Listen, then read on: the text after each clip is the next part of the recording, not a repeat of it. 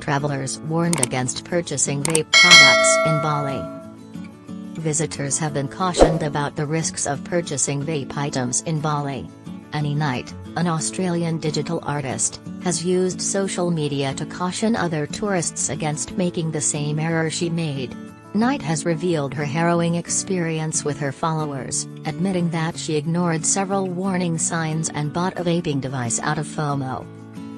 Knight, a Gold Coast native best known for being an OnlyFans founder, has been vacationing in Bali for the past week or so after visiting Vietnam. After purchasing a vape device from a man on the beach, Knight recounts the worst night of my life in a video she shared to her TikTok account. If you go to Bali, avoid buying a vaporizer from a sketchy guy on the beach, like I did. It was the worst night of my life, she says. She and her companion were lounging in a beachside cabana at Finn's Beach Club when a beach seller approached them and she purchased a vaporizer. She originally turned down the man's proposals because she believed he was under the influence of narcotics, but she eventually paid him $17 Australian to get a vape pen. The designer, who is 25 years old, claims that the vape seller looks so stoned, his eyes are blazing red. I'm not sure why alarm bells didn't go in my brain warning me perhaps not to buy a vape from this person. However, the odd behavior and warning signs persisted. The salesperson lingered after the vaporizer was purchased and offered to remove the used packing. Knight gave him the trash back, thinking that was simply his way of being kind.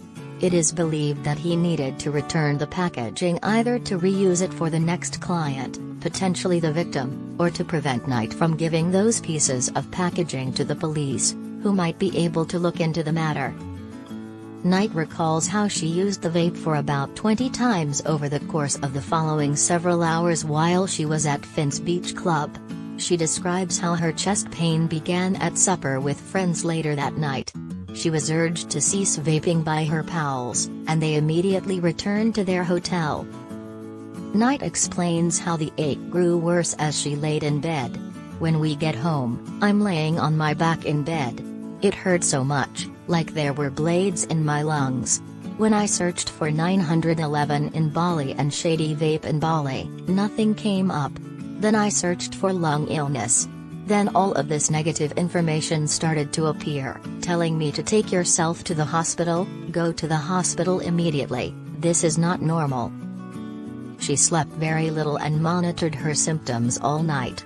She was still uncomfortable from the experience the next morning. I'm never vaping again, mark my words, I'll never do it again, she declared. It wasn't good, I honestly believed I was going to die, but it's okay, I'm still here and have been given another opportunity, but I won't be vaping in the future. Knight is not alone in this. Her audience has shared similar stories of questionable vape items they purchased while in Bali in the comments section. Although many medical specialists agree that vaping is just as bad for your health as smoking cigarettes, the fad is still on the increase. Travelers are advised against purchasing goods from strangers on the street, at the beach, or even at pop-up markets, such as vape gadgets. It is hard to determine whether the goods being offered is genuine because the industry in Indonesia is not regulated.